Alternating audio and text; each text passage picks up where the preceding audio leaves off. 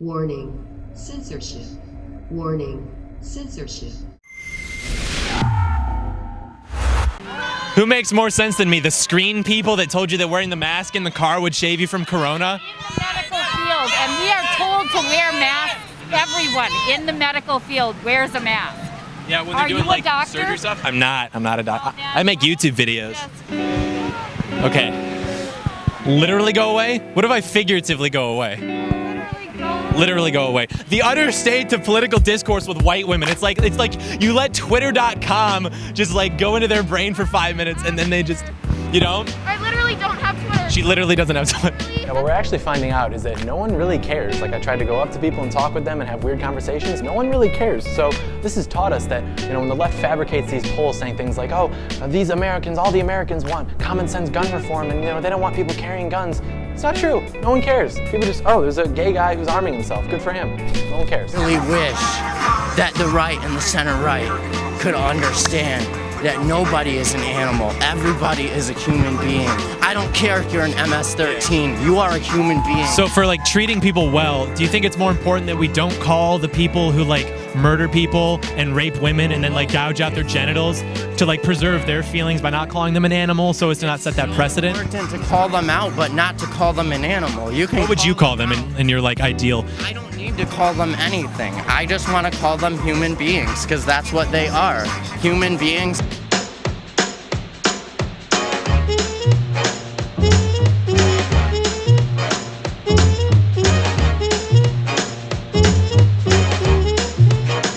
John Doyle in Heck Off, Commie.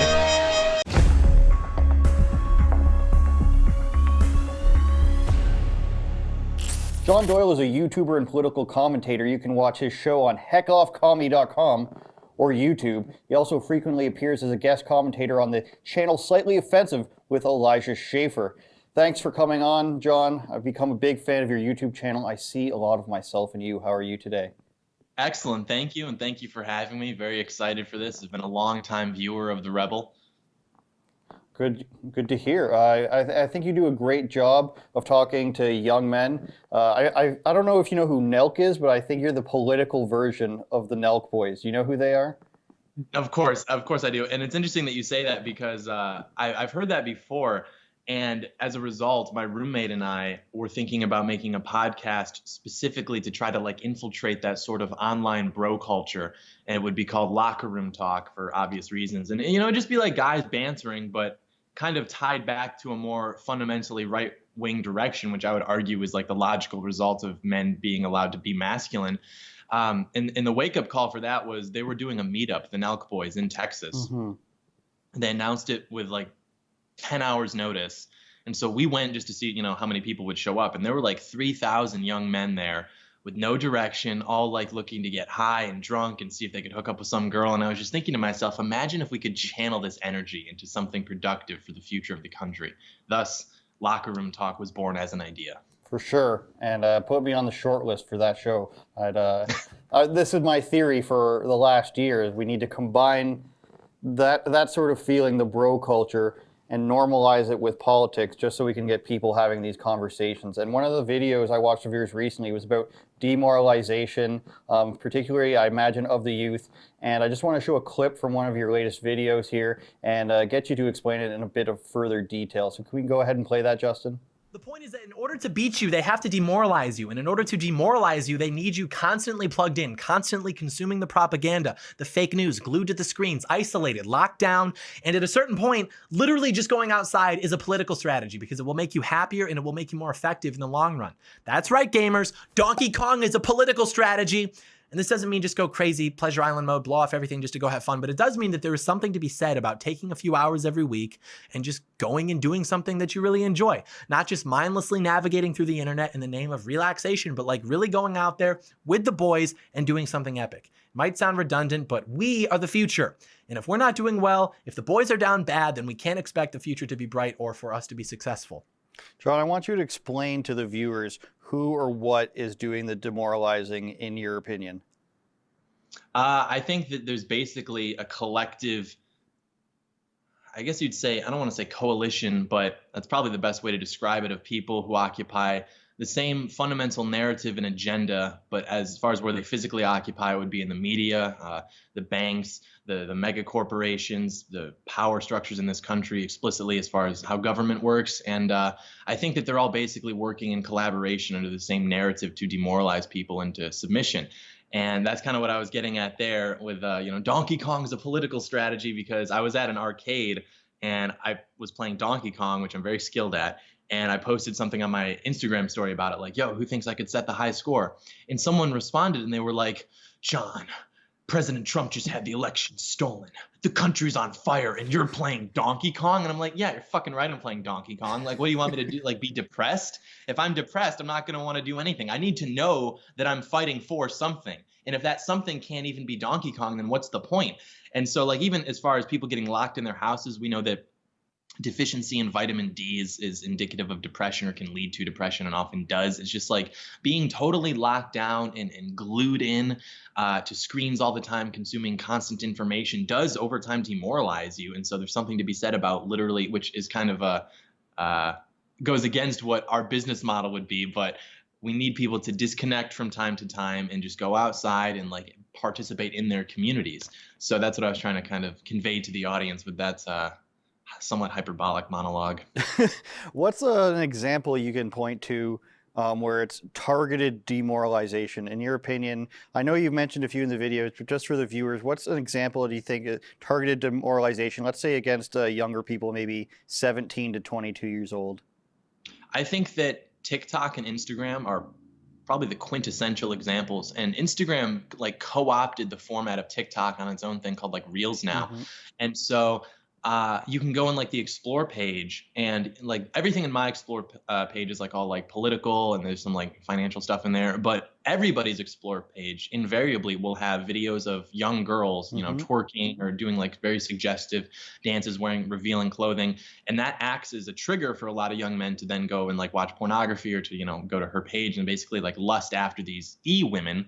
And so I think that demoralizes, everyone knows how it demoralizes women, because we've long been having the conversation about female body standards and them feeling as though they have to compete with her. That's an important conversation. I tend to sympathize more with the young boys, which is like them looking at this like ideal woman and then being reminded of their inability to sort of interact with a woman of that caliber, so to speak, just because men tend to be much more insecure and antisocial now than probably 30 years ago. And I think this can be reflected throughout the culture, but also just through like data. Like if you look at the proportion of men who are just like not having sex now compared to 30 years ago, incel culture, all of that stuff. And so I think that like putting that in people's faces, knowing that it's for profit to either get them to subscribe to the girl or to go get ad revenue from pornography websites, it's like a reminder. Because like when you're watching pornography, this is a point that I made in the first video, you know that like that's not you, and ideally you would like to be the guy in the video, but it's almost like a reminder to you subconsciously, like you're there sitting in your bedroom and, you know, this guy's with the girl or something like that, because you know that it's like not you doing it. And I think that sort of makes men feel inadequate and as though they aren't really capable of fulfilling their basic biological imperatives.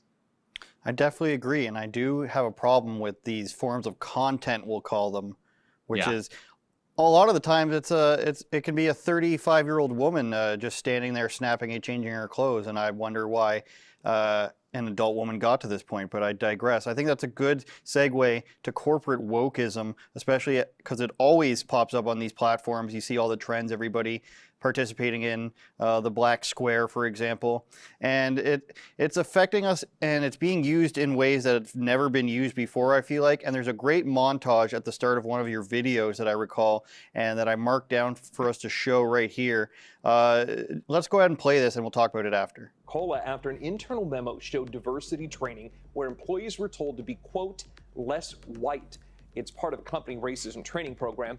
People taking part are given advice on how to be less white, less arrogant, less certain, less defensive, and less arrogant. A spokesperson for Coke said it's just part of training meant to create a, quote, inclusive workplace. I do. So I think there's a lot of learning that's taking place and a lot of awareness that is happening. I wasn't as aware 7 years ago when I had my son about the racist images in a lot of Dr. Seuss's children's books. Story everybody's talking about this morning, that big rebrand of Mr. Potato Head. The classic children's toy now has a gender-neutral name and... damn potato head, always ruining everything. It's so funny to me. John, I just did a video about Coca-Cola rescinding their diversity initiatives. There's been Goodyear, there's been Red Bull. It turns out that most of these companies have bad results, a lot of them. But why do some companies go all in on this? It seems like even in some cases they're excusing the money for the ideology. Do you have any explanation why they go, quote unquote, all in on this sort of stuff? Yeah, I think it can probably be best explained. Well, first, I think we have to start with the sort of, I guess you'd say, parasocial relationship that the right has had with free market capitalism for a long time, maybe about 40 years. And we often forget that this isn't just like solidified under right-wing thought. These were debates that were had about whether we wanted protectionism or free trade or total free markets versus regulation. And so now we're at a place where for the last 40 years, we've basically been, I don't want to say shilling, but shilling for the free market. And now it's turning out to result in these mega corporations who are serving against the interests of the American people. And we're pretty confused as to why that's happening. And so if you think about orthodox free market theory, if someone is selling car parts, or maybe even like they have a lemonade stand and you go to purchase lemonade and then the person selling the lemonade is like, well, you have to pay 10 cents more because you're white, or here's this pamphlet about how you're genetically inferior. You're probably not going to patronize that lemonade stand anymore. But now what we have is such a consolidation of these corporations, and then also what's referred to as the managerial class. So you don't necessarily have bosses and employees anymore. You have all these people occupying middle management whose job is basically to make sure that other people are doing their jobs. And so that presents the opportunity for these sort of mediocre people, hovering around 110 to 125 IQ to come in and be like, well, this is what I learned in my humanities degree, and so this is what we're going to do now. And this is something that I don't want to say baby boomers, but baby boomers tend to miss, which is that there's always this kind of, oh, well, they're in college right now and they think they're so woke. Well, wait until they get into the real world. And it's like, okay, well, when they get into the real world, they're going to be hired in these positions and they're going to be the ones making the decisions that will ultimately affect the consumers and the whole culture, whether it's with Potato Head or with Coca-Cola or with any one of these examples that we've seen. And I think a good example would even be right-wing content creators. And this is kind of what woke me up to this, is like, wait a minute, I'm not making money, but I still care about what I'm doing. I wonder if that translates into companies, because, the right always says, well, corporations are just people, right? Well, what if the people care more about sending a message and seeing like a tangible effect in the culture as opposed to like their profits? Like if Facebook or Coca-Cola, their profits are down 2%, but they get like an actual, result that they're looking to see ideologically within the culture, are they really going to care that much? Probably not. And I think we're seeing the results of that. You want to just define what you mean by baby boomer? It comes up a lot in your videos, and I think if people don't follow you, they're not going to know what you mean by that. The baby boomers would be, I think, 1945 to 1965. And once you get on either border, it becomes more of a cultural thing. So my dad was 65, so maybe he's not exactly a boomer, but culturally sometimes he would be a boomer. Being a baby boomer, really, like my sister even, she's 24. She sometimes is a boomer, because that which defines the boomer is simply an inability to understand that things have changed. And so even some of these libertarian types who still think we're stuck in the Ron Paul revolution, they just can't understand that the country has changed and the culture has changed. And that's really like what defines the boomer. So my next question was going to be, how do we fight against corporate wokism? Because if there's all these people in middle management and people are destined to go there, to play devil's advocate, how are we going to prevent ourselves, let's say, from falling into this trap where we're trying to change a corporate landscape or environment into exactly what we see fit? And I feel like it used to be just about profits over everything, but now YouTube is choosing ideology over profits, Microsoft, everybody's doing this. How do we fight against it? So, and a lot of people even on my channel aren't really comfortable with this answer because the right, or the dialogue on the right, has been so consumed with this idea of small government. Let private businesses do what they want. But like, here's the thing. We know that we don't have any representation left in the culture. And we know that we can't necessarily expect every person working for these companies to really make a stand, because they'll get fired. And then like what, that you want them to go down and die on this hill and then not be able to provide for their families? Of course not. The way I see it is that we only have, I used to estimate about 10 to 15 years before things would basically be irreparable. Now I'm thinking more like 7. The only institution that we could occupy within the appropriate time frame, and then also as far as how easy it is, would be government. We don't have time to take back Hollywood or education. We don't have time to take back corporations and convince them that what they're doing is ultimately destructive to the free markets that foster them. And so what we could do, though, is win elections for the time being. Maybe not federal anymore, but you could win state elections. Like we control, like what, in America, 26 state governments, but conservatives are still complaining about their freedoms and everything. It's like you have the power to stop that under the 10th Amendment. In terms of like COVID restrictions. But even with this, like if you were to say raise taxes specifically on businesses who are propagating this like neo-Marxist woke propaganda, that would eventually, I think, incentivize them to at least tone it down. And so then this gets into the, are we ready to wield power effectively as conservatives and abandon this naive sophomoric idea of the power vacuum for the power vacuum's sake, which inexorably is filled with forces that ultimately want to eliminate your representation in that vacuum or even on the sidelines of it?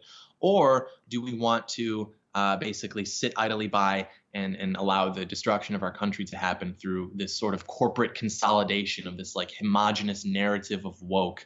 And if you deviate, you can't even patronize these businesses anymore. You can't attend the schools anymore. They literally, to borrow a term from our friends on the left, will other you in society to where you eventually will have to conform. And even if you don't conform, who cares? You're 1%. You have no power left.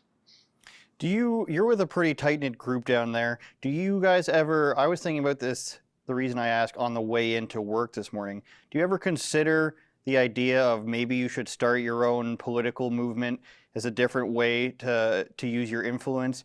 I mean, what you're saying is essentially we need to start taking things into our own hands and run for government, and that way we can affect real change. I've thought about this, and when I think about the people I'm criticizing in the government, and I criticize them for not being that smart, I ask myself, what's actually stopping me from doing the work? Do you ever get that feeling? Oh, all the time. I think even if I'm correct, in my state, Greg Abbott has a bill on his desk right now. I'm not sure if it passed in the Senate, but even if it did, I'm sure it would be the same. They have these bills on their desks, and if he signed this bill, it would allow constitutional carry in Texas, which would be one of the biggest victories for gun rights in the last several decades, I think. There's so much inefficiency.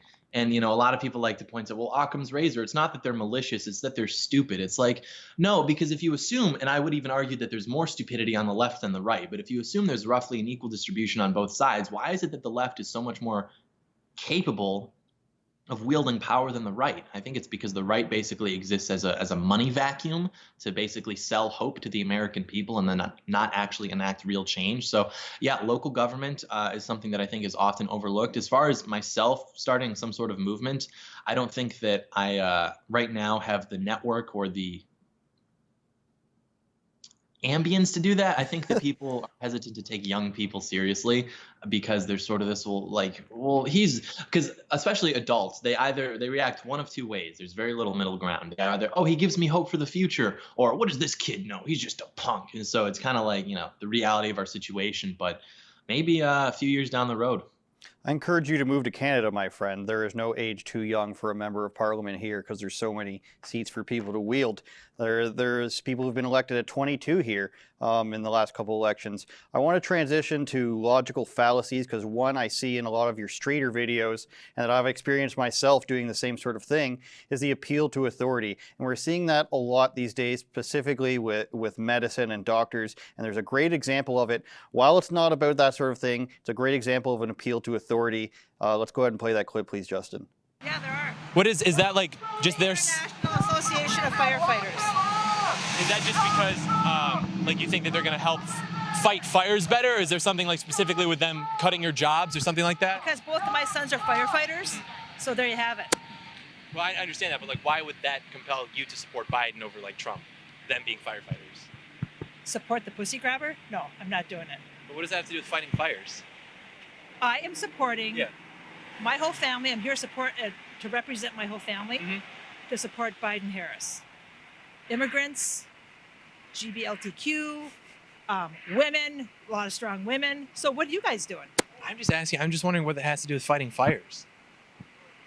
Their union is supporting Biden and Harris. Yeah, I was just wondering why, like over Trump, as a firefighting union. Because they know what's right. They know who to support. With fighting fires or just in general?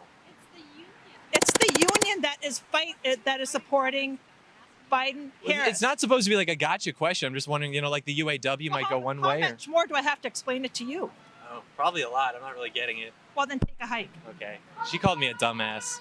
The GLBTQ, John. Don't you understand? A simple question, and she literally could not understand what I was asking. Like she was just looking. I walked up It's to her. the unions, dumbass. Yeah, I wasn't even wearing any like Space Force or anything political. She was just looking for a fight. I want to ask, are you seeing this a lot today with the doctors and the nurses? I mean, I get these emails that are like, why can't you listen to the doctors? You're not a virologist, you're killing people.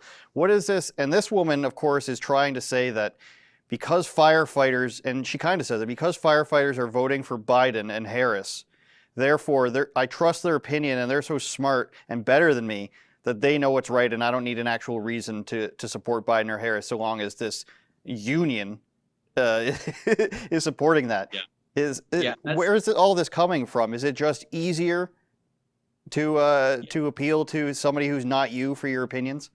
Literally, and that's what's so beautiful about the appeal to authority is it's like, and that's what's kind of tricky about it too, is instead of thinking about something and whether or not it's true, you just default to this expert or person, this lab coat says it's true, therefore it must be true, which of course is fallacious because it might actually not be true. But I think this even stems back to what defines leftism. A lot of people think that left versus right is just a matter of, agreeing, disagreeing. There's actually a pretty large biological component to it. And a lot of it is based on someone's sense of themselves. And there was a good philosopher who actually theorized that leftism is basically a concoction of insecurity and over-socialization. Do you think about even markets, for example, versus like a leftist system of economics? If we're conservatives, we know that we're going to have to compete to make money, but we're okay with doing that because we feel as though we'd probably be held back if everything were distributed equally. Leftism is the opposite. They feel inadequate. They feel insecure. They're spiritually ill, which is why you look at the mugshots of the people who are fighting the most intensely for this cause, the Antifa people. They all look like they are taking SSRIs and they have mental disorders. And this is not said to disparage them. It's just said to kind of analyze the mental state that you have to be in to support these policies and to dedicate yourself to these movements. And so if you are that person, you are insecure, you're not very sure of yourself, you're not confident, naturally it would make sense that you default to what other people are saying, whether that's the media narratives, whether that's the figures that are held up like Fauci, Bill Gates. Well, they said it, therefore it must be true. It is abdicating the responsibility that you have in a free society to think for yourself to other people, and then what you provide is sort of the militancy, like, well, I'm going to enforce this, you're killing my grandma and stuff like that. And it's very easy to take advantage of those types of people, and I think they've done that very effectively. What I have a big problem with is the idea that there's a lack of bias in these fields, whether it's, like we said, the doctors or CNN or choose your firefighters even. I'm sure there's probably a lot of right-wing firefighters. Where do we go to find the last bastion of unbiased people? Does that exist? Can we trust judges at this point?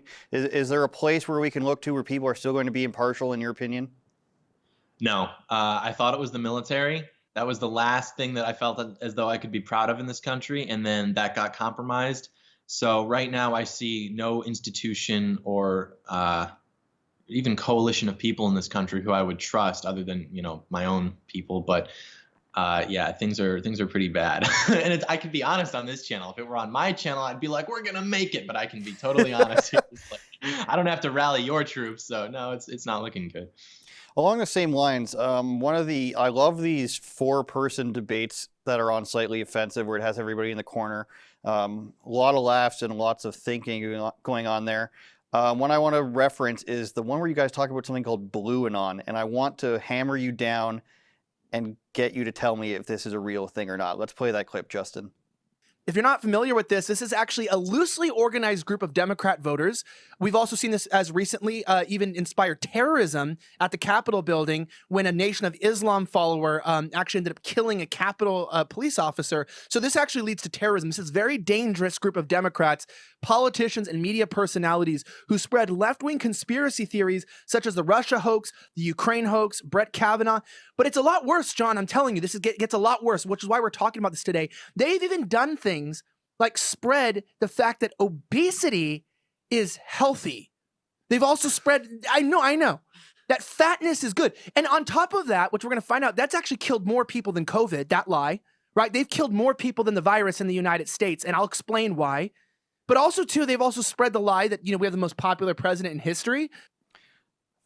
Fit at any weight, John, I believe is the term, or fat and healthy, I believe is the other term. Are we? Yes. Is this a real thing, or are we grouping together the DNC or far left sycophants in a hilarious meme?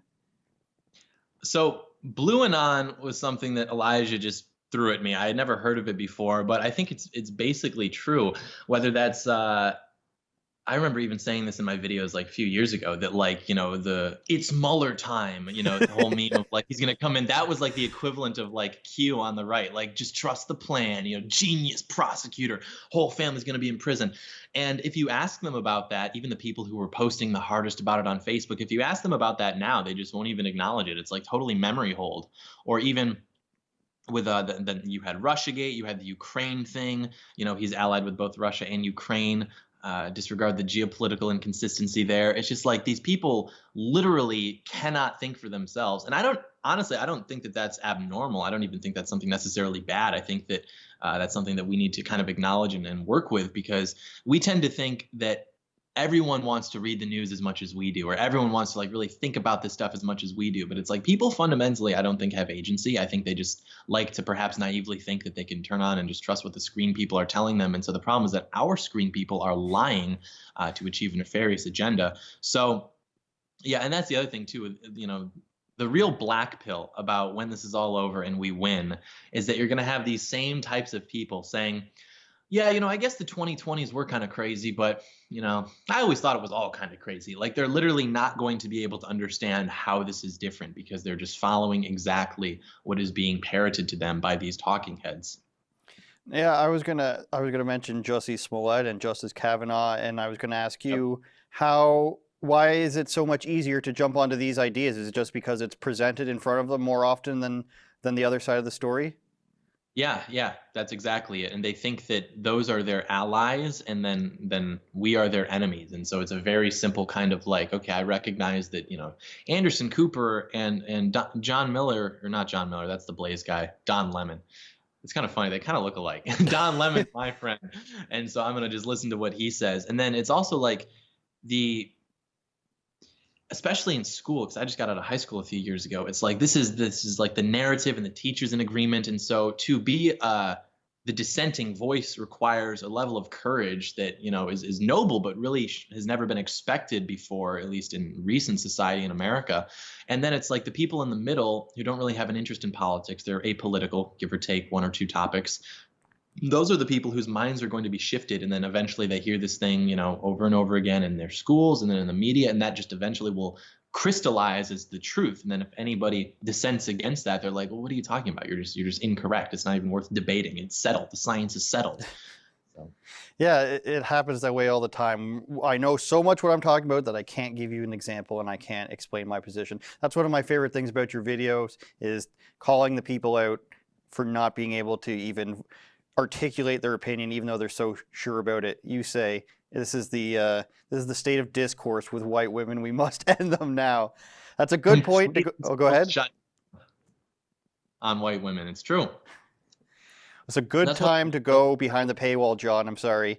Go to rebelnewsplus.com, you guys, if you want to see the rest of the interview. It's $8 a month, $80 a year. You get 2 free months plus a free trial subscription. And we're going to talk about his views on Christianity with LGBT views, your social media strategy, and what type of bias John Doyle is working with right now and who he prefers. And I want to tell you guys to go to rebelnewsstore.com if you want to get this sick Wexit t-shirt. Promo code Andrew10. See you guys on Rebel News Plus. Hey guys, thanks for watching another episode of Andrew Says. Be sure to go to rebelnewsplus.com and subscribe for the full episode. But here on Rumble, it's not going to be censored, and there's way more stuff we can talk about that we could never say on YouTube.